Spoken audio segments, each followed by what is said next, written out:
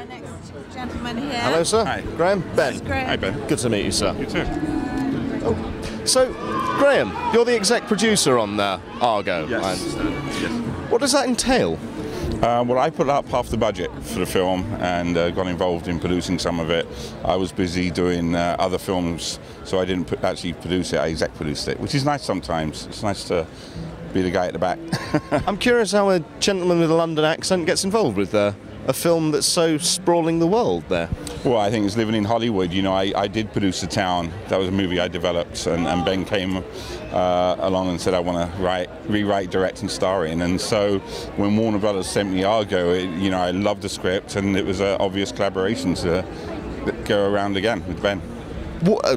Argo's got a slightly unconventional narrative and doesn't really have a baddie as such, and it takes a fairly politically neutral stance on a subject that's often polarised in American cinema. Right. Was that at all worrying?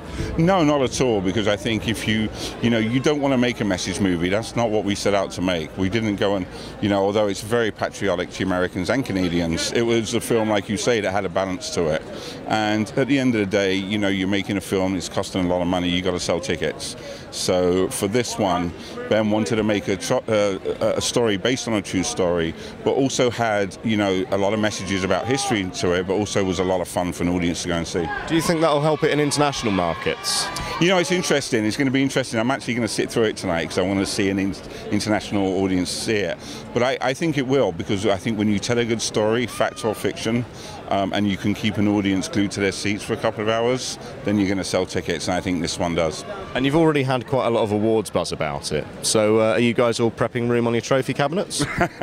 I'm not sure. It's early days yet. So every year one goes through it, and went through it with Hugo last year, and it was great being there.